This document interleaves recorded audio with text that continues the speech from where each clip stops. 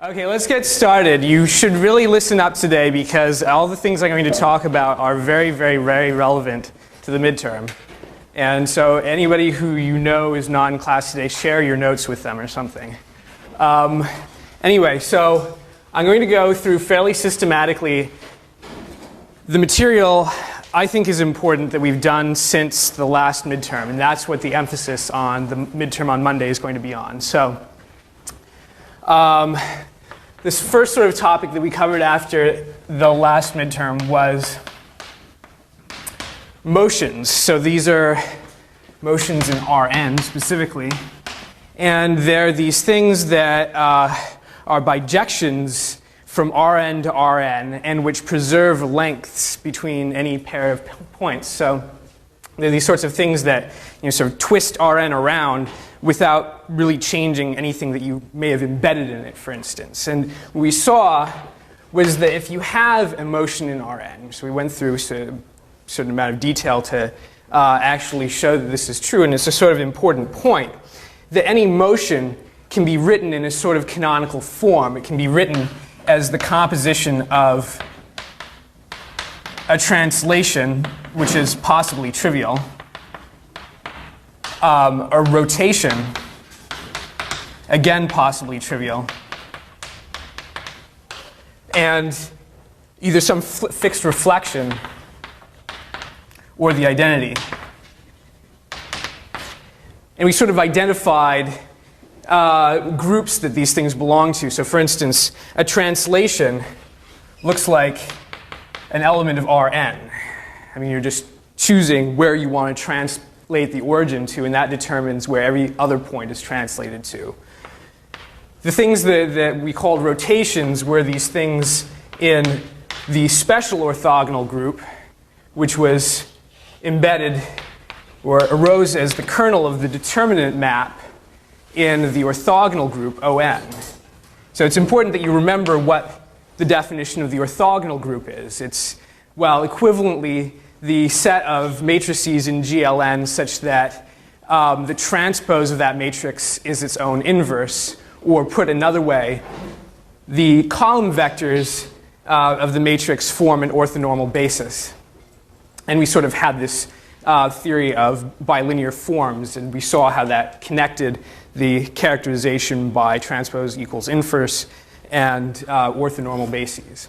Now, this reflection or identity thing looks like an element of, well, a group like plus or minus 1. And in fact, On is the product of, well, I mean, not necessarily plus or minus the identity, but, sort of plus or minus a reflection kind of, well, I should maybe put it this way. The group generated by reflection, this thing is isomorphic to plus or minus 1. Direct product of these things, and then these things came together to form the group of all motions. So now we also saw something structural about this. For instance, we saw that the set of translations, which is this thing isomorphic to Rn, I mean, it's very easy to think of it as just being another copy of the additive group Rn, is normal subgroup of the group of all motions. Why? Well, it arises as the kernel of a natural map from the group of all motions to On. So you should be aware that there's such a map. And we then went on to look at a sort of special case. We took n equals 2, and we looked at motions in the plane. So much of what that entailed was analyzing first the finite subgroups of the group of all motions in the plane, and then looking further at the discrete subgroups of the group of all motions in the plane. And ultimately, we classified these things. So classification of discrete subgroups. So remember, discrete means that there is a sort of minimum magnitude to the angle of any rotation in the subgroup and to the magnitude of a translation in the subgroup. And part of the analysis here was via decomposing such a subgroup, any discrete subgroup, into a translation subgroup.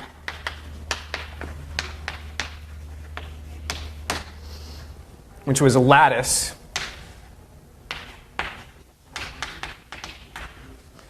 And a subgroup of O2. We characterized which ones actually come up. So, reminder, please do pick up your graded assignments from the CA mailboxes. There were a whole lot of assignments graded this past week, and so the mailboxes are overflowing, I think. Let's see. So, I mean, just a note in preparation for the midterm, you don't have to worry too much about this. I mean, you don't have to go back and memorize every single detail about how we classified these things. The point is simply that you have some idea of what's going on. I mean, it would take well over an hour to just go through proofs of the entire classification. So you can expect that that's not going to be a question on the midterm. But, I mean, you should be aware of the sort of basic structure of what's going on here.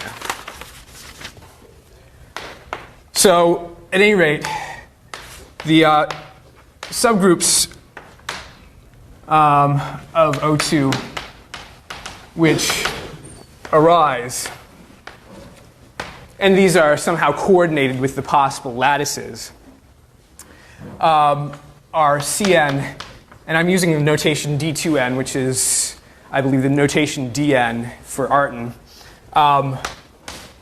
where n equals 1, 2, 3, 4, or 6. I mean, in fact, we got a lot more sort of structural information. We coordinated these things with other possible lattices, but you don't need to worry about that too much. Okay, so then what we did is we said, well, a lot of the sorts of things that we discovered when studying motions can be really abstracted, and making this sort of abstraction will be very, very useful to us because we can find all sorts of interesting sets for groups to operate on. For instance, the group itself. So we started looking at sort of notions of abstract symmetry or group actions.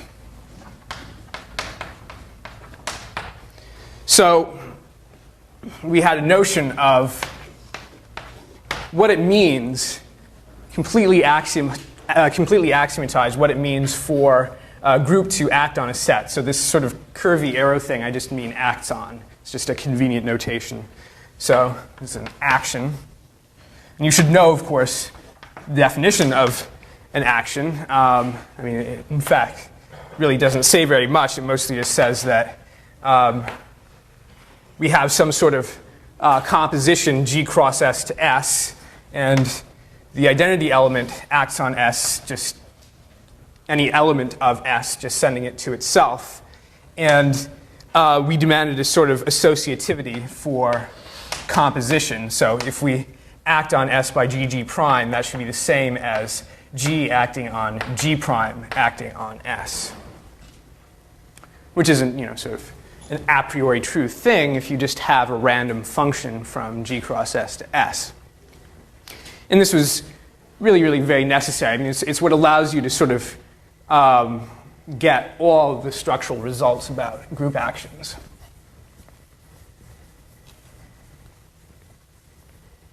So, given some element of the set being acted on, we associated a couple of very important sets to it. One of them being another subset of the set being acted on. So, given this S and S, we have a couple of things. An orbit, which is just the set of all images, all translates of this little s under elements of the group. So this is orbit. We also associated something called stabilizer. This is stabilizer. And this is the set of all G and G such that G of S equals S. And this thing is in fact a subgroup.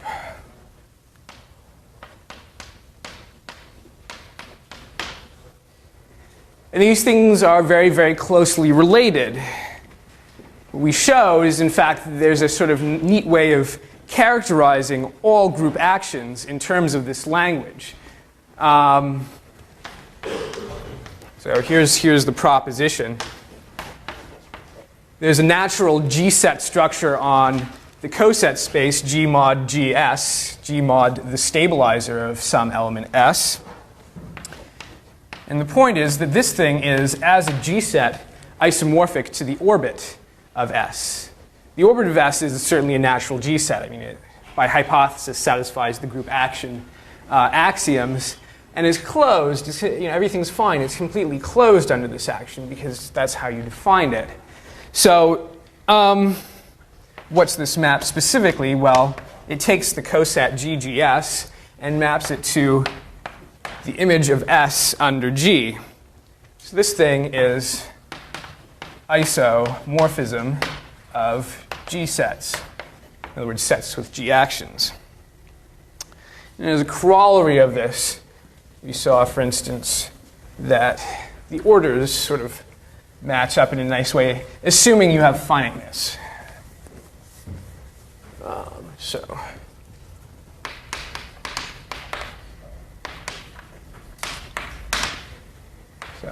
assuming finiteness of G and S, well, in fact, it suffices to assume finiteness of G because then the orbit is necessarily finite. We have cardinality of, the order of G, the order of GS times the order of OS, which you can also get by sort of a very basic counting argument. We also saw another important thing, and that is, this is a very useful sort of result. It's something that you can sort of apply in many cases, and that is that if you consider the stabilizer of a translate of an element, you can relate it to the stabilizer of the original element by conjugation. So this is the conjugate subgroup, conjugated by whatever you translated the element of the G set by. And, you should know some basic, this isn't extremely important, but it's surely important that you review some examples of applications of these formulas.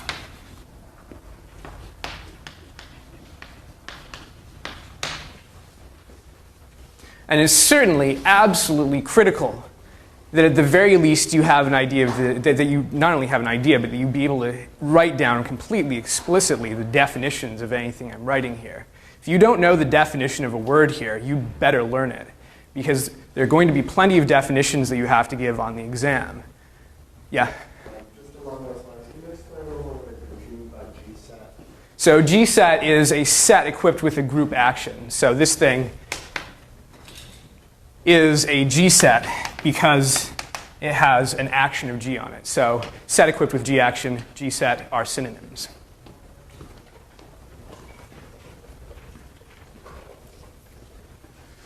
Okay.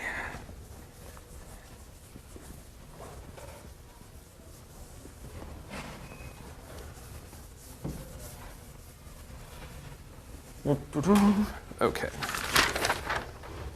Yeah, so now let's fix a group G and a set S. So I'm not assuming that a priori I have some sort of action of G on this set S. But I want to sort of classify the actions, the possible ways that I can make this set S into a G set. In other words, the possible ways I can have an action of G on S.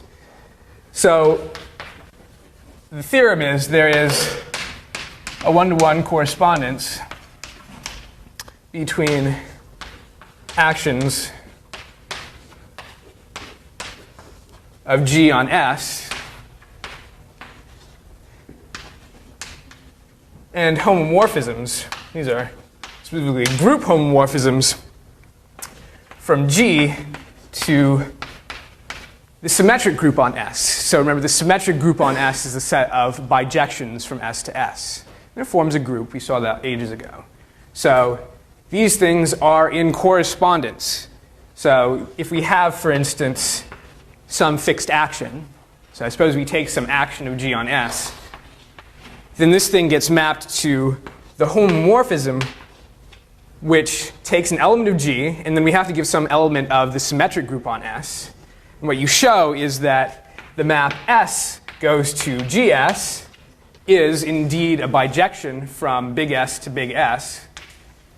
So we then have to verify this thing is a homomorphism, but that's not hard. So there's a homomorphism induced by this action from G to the symmetric group on S. Going the other way, if we have such a thing,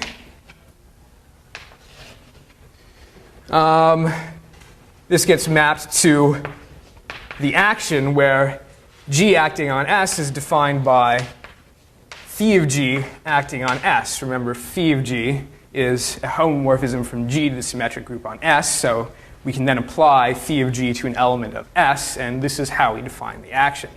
And this thing is a nice sort of bijective correspondence. And it just looks like some abstract nonsense, but it actually has some interesting applications. You might want to think about how one applies, at the very least, observations about the relationship between the size of G and the size of S. That could be very useful. So anyway, here's just a sort of very basic remark.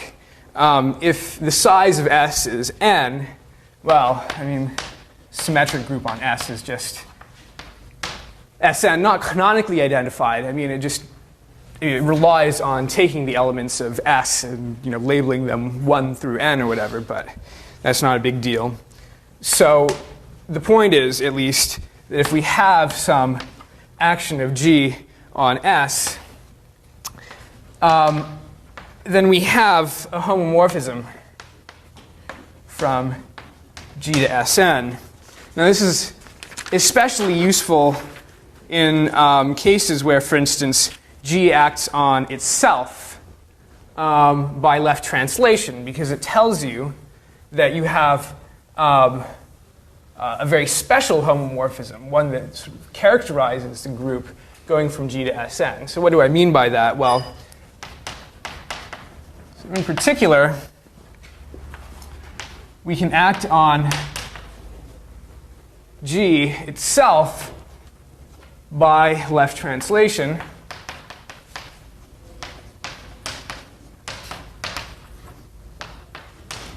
So if I have a group of order n, then I also have group homomorphism G to Sn, and we know more about it. It's in fact injective. And that just follows because, I call this thing phi of G. Under this correspondence, remember, is just this thing that's telling you what the action is. But we know that the element G is in fact determined by left translation on the group itself. In fact, it's determined by acting just on one of those elements, the identity element. So this map is injective.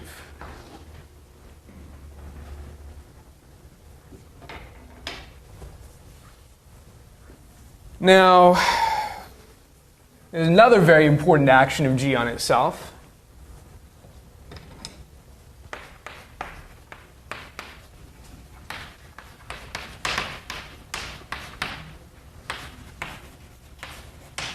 So which one am I thinking of? Conjugation. Fabulous. Another action of G acting on itself. This one is by conjugation.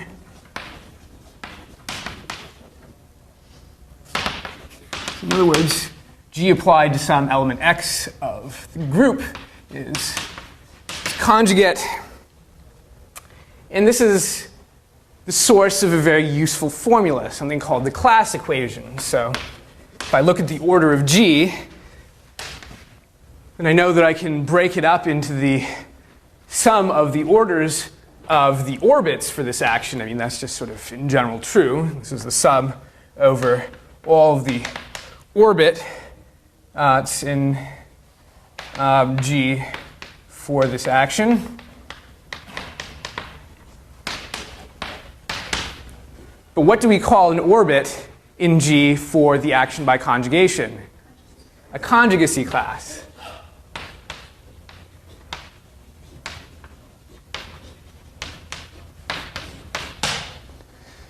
So this is the class equation.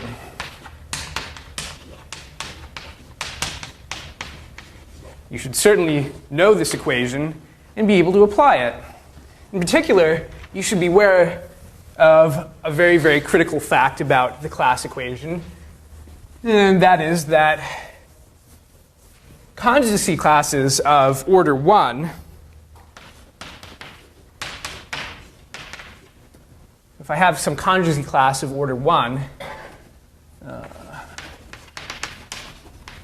then we know something about the element of that conjugacy class. So what do we know? It's in the center.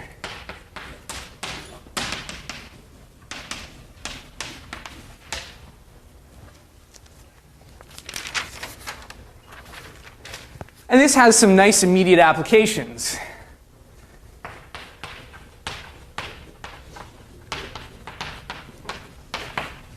For instance, to p groups.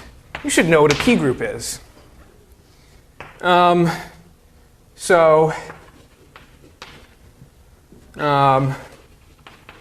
instance, we know from the class equation that a p group has center of order greater than 1. And we know other things like that every group of order p squared is abelian. So those are useful sort of facts. Then we moved on to another sort of thing from this, which is actually fairly closely related.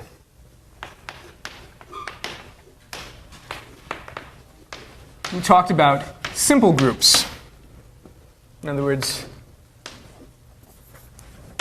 G such that if I have a normal subgroup, that normal subgroup is either the trivial subgroup or all of G. So a point here is that these groups are structurally important for a number of reasons. But here's an example of a reason why they might be structurally important. If I have a homomorphism from G to G prime, and I assume that G is simple, then what do I know about the homomorphism? Yes? Its kernel will be either 0 or everything. So exactly. Homomorphism will be either injective, either constant 0. Exactly. So for instance, if we have, as you say, a homomorphism from a simple group to another group, then we know that that homomorphism is injective or trivial. This is the sort of thing we leveraged in Sylow theory.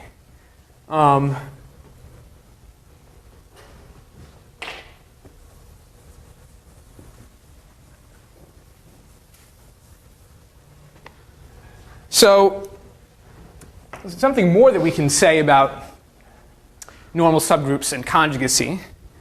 So if H is a normal subgroup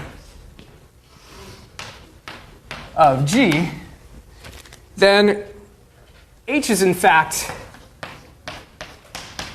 a union of conjugacy classes.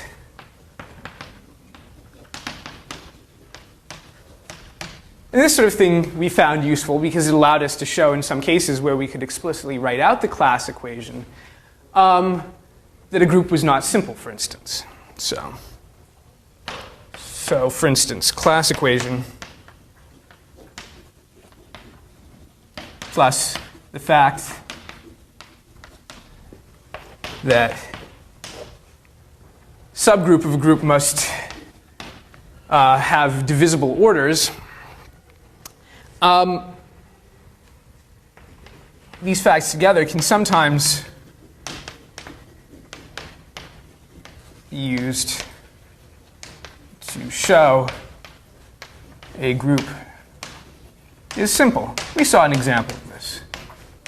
This isn't really very important, but it's good that you be aware of this. Should you ever need to show that a particular group is simple or not. Okay, let's move on. So, next thing we talked about was CeeLo theory. So remember, CeeLo theorem said, this is definitely a good sort of thing to have very carefully memorized. Being able to state in your sleep the CeeLo theorems is definitely a useful thing. So if I have a group of order p to the e times m, where this factor, this power of p is not trivial. So in other words, the exponent is greater than or equal to 1. Moreover, this m is relatively prime to p. In other words, p does not divide m. So under those hypotheses, then we know a lot about the CeeLo p subgroups. I mean, in particular, you should know the definition of a CeeLo p subgroup, of course. You can't really know the theorem unless you know what a CeeLo p subgroup is. So the number of CeeLo p subgroups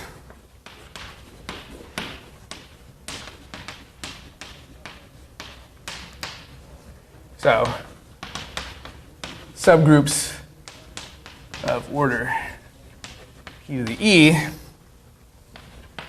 satisfies a couple of things. First of all, number of them is congruent to 1 mod p. Secondly,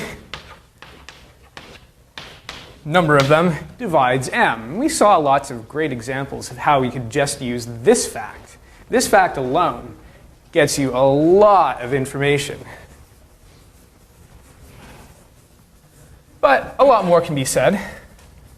For instance, every two CeeLo p subgroups are conjugate. It was also a very useful sort of fact.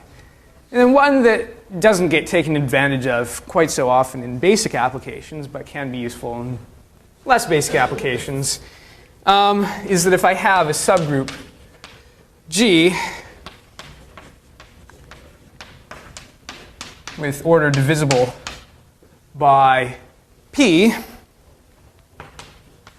then there is a CeeLo p subgroup of G such that its intersection with this subgroup is CeeLo p subgroup of K. Just one remark. I mean, recall that, for instance, this is the result. I mean, we can draw from this first part things like that the number of CeeLo p subgroups must be 1, and then we can draw from this that in that case the CeeLo p subgroup is normal. So that's definitely a useful thing to remember.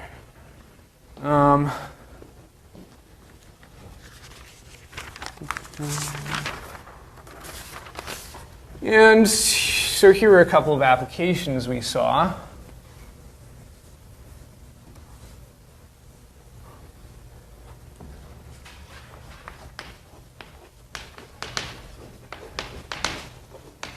Couple of applications. So one of the first applications we saw was to groups of order PQ, where P less than Q are primes. You should definitely know this. So we know, for instance, that the number of CeLO Q subgroups is 1. We also took a brief look at groups of order 12. That seems like an awful lot to put on a midterm. Okay.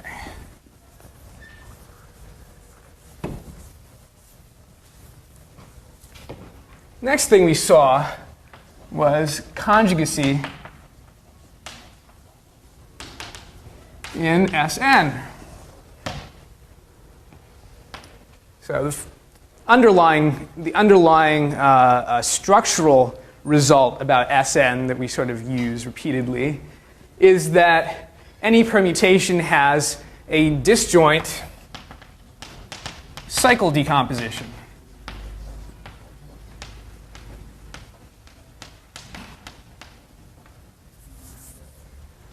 If I have some permutation on n letters, I can rewrite it as a product, say A11, A1, L1, dot, dot, dot, AK1, AK, LK, where these are disjoint cycles.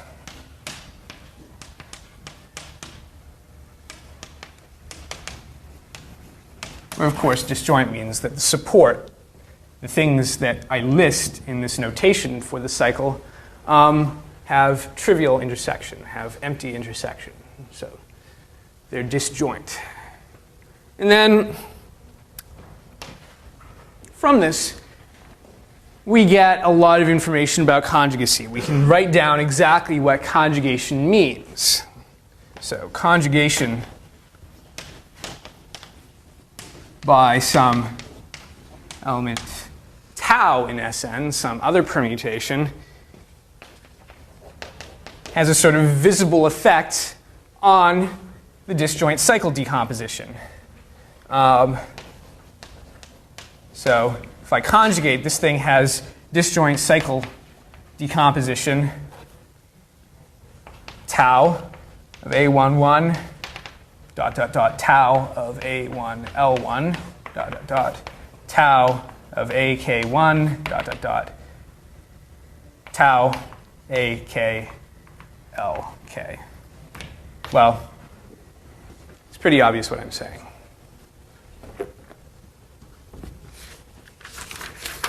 Then we moved on to ring theory.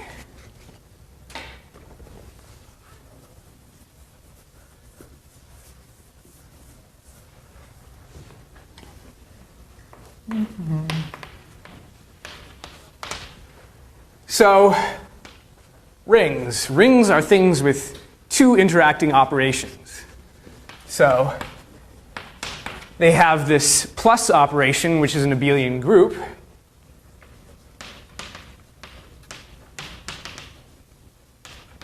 And we have an identity element, which is denoted 0. And then there's a multiplication operation, which is associative and has an identity of its own, 1. But notice that we don't, for instance, request that there are inverses. In fact, it would be quite silly to, in general, request inverses on all of R because it's not hard to show that 0 couldn't possibly have an inverse.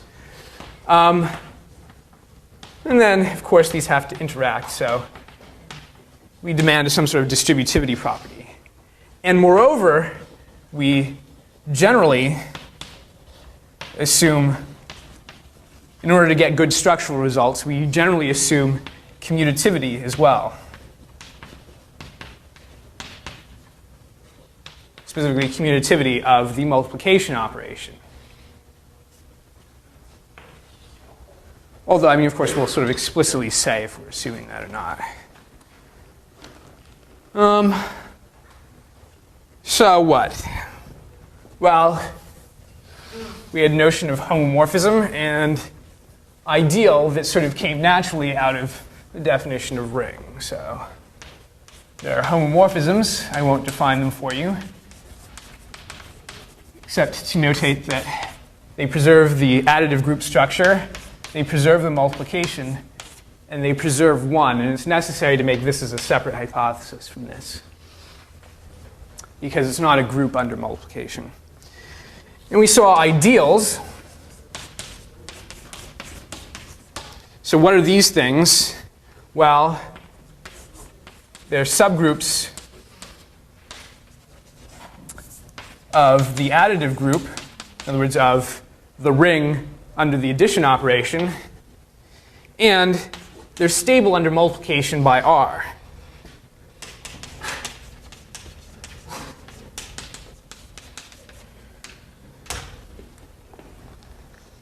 And these things were analogs of normal subgroups. However, on an exam, it would not be sufficient, for instance, to say, for the definition of an ideal, it's the analog for rings of a normal subgroup. You want to actually explicitly give the definition.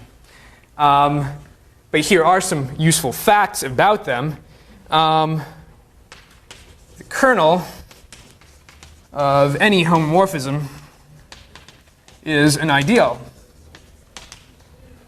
But there's a converse to that statement, because we saw that there's a good quotient construction.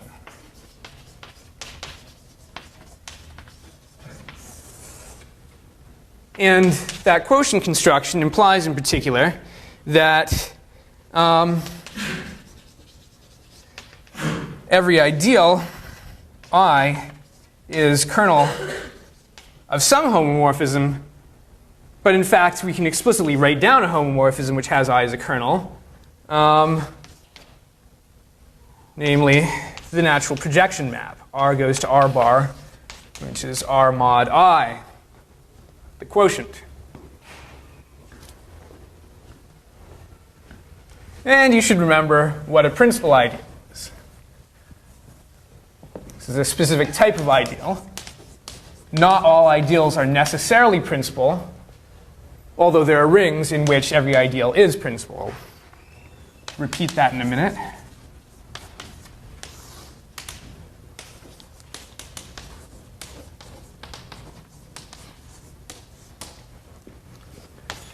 So here's an important proposition. If I have a commutative ring, then that ring is a field if and only if what? Sorry? If and only if this ring has exactly two ideals. Exactly two ideals.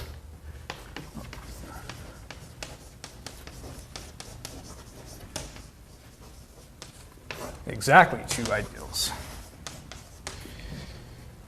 Namely, 0 and the unit ideal, 1, which is all of the ring. So I hinted at a question a second ago, namely, when are ideals always principal? For what rings are ideals always principal? When are ideals principal? And the main tool there was the Euclidean algorithm. So, Euclidean algorithm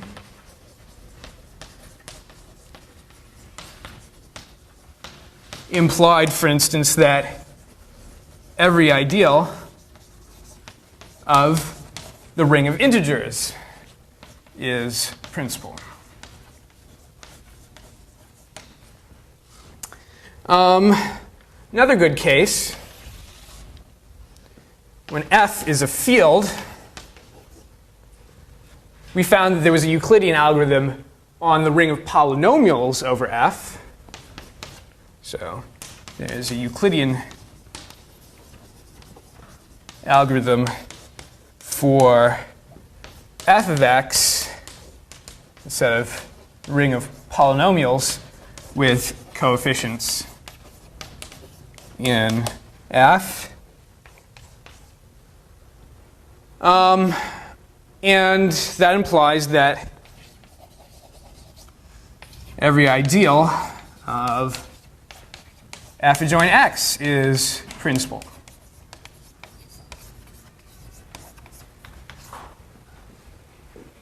By the same sort of argument as for the ring of integers, sort of basic Euclidean algorithm thing. Now, we've talked a good deal about quotients in class, and we also saw something important about the relationship between the set of ideals of a quotient ring and the ideals of the original ring. So, ideals of quotients. So, suppose I have some ideal I, fix this thing. Fix I subset of R ideal in a commutative ring. So the structural result we found was that the ideals of the quotient of R by I correspond to the ideals J of R containing I.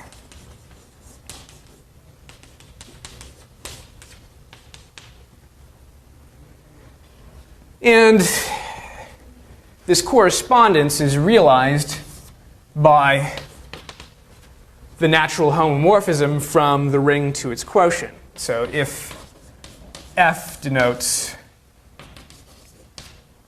the canonical map, then given some J bar, an ideal of R bar, this thing gets mapped to its inverse image. Going the other way, if I have an ideal of R which contains I, then I just consider its direct image, f of j. And the first isomorphism theorem tells us more, tells us that this is a really, really good correspondence because R mod j is canonically isomorphic to R bar mod j bar. So this is the map induced by R going to R bar equals R mod I going to R bar mod j bar.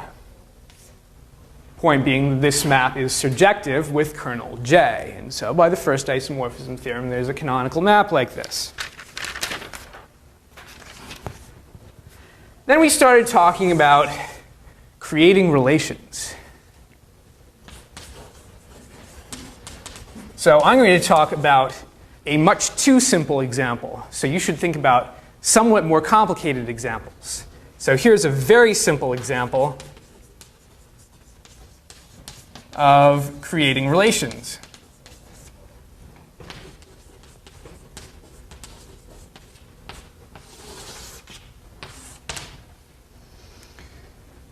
So here's the proposition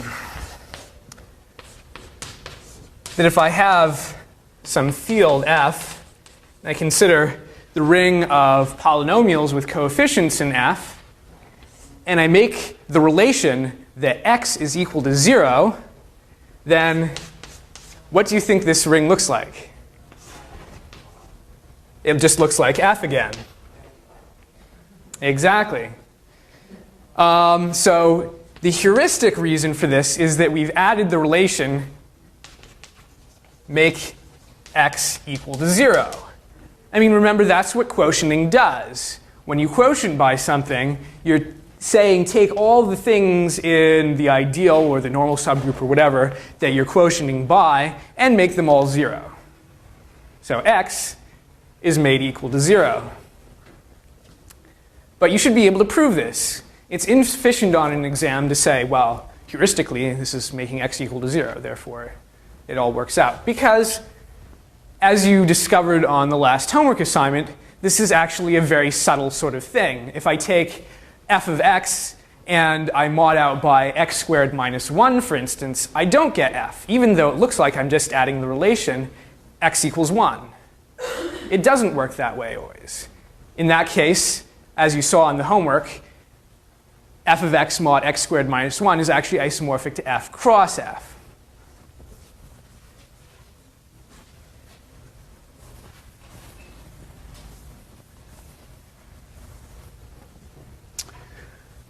But in this simple example, let's just look at the proof. Let's just highlight the most important steps.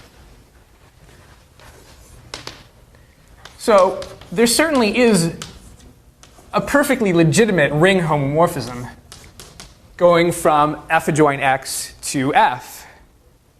Specifically, I can take a polynomial and I can map it to its evaluation at 0. That's certainly an element of f.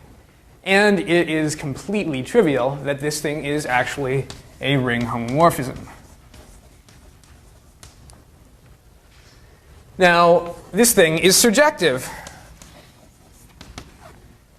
Because if I just let p of x be the constant polynomial, p of x equals c in f, then phi of p is c. So this thing is indeed surjective. The point is that this tells us by the first isomorphism theorem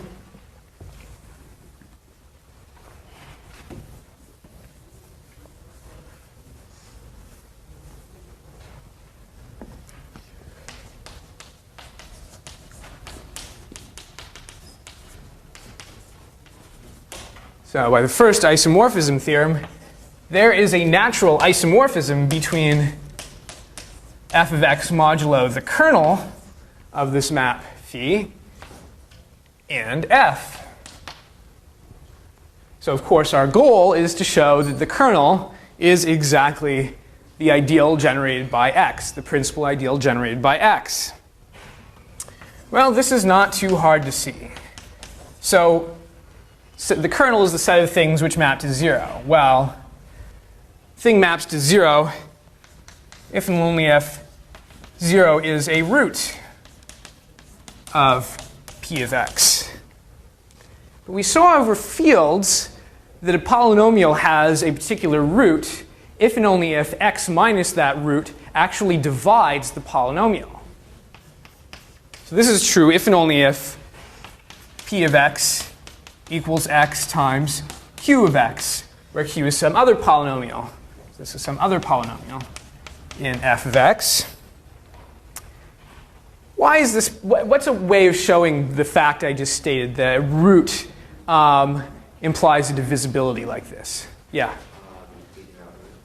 Exactly. It follows immediately from the Euclidean algorithm because I know that I can write p equals xq plus some remainder. But by evaluating all these things at 0, I get that the remainder must be 0 at 0. But the remainder, by the Euclidean algorithm, has degree less than this, less than the degree of what you're dividing by. So it must be constant. So if a constant evaluated at 0 is 0, then it must be 0. But this generalizes. This works if I have any root. So, I know that if p of c equals 0, then p of x as a polynomial equals x minus c times q of x. This is a general fact. But this statement is exactly the statement that p of x is in the principal ideal generated by x. So indeed, the kernel is exactly equal to the principal ideal generated by x. That's a good place to stop. Good luck.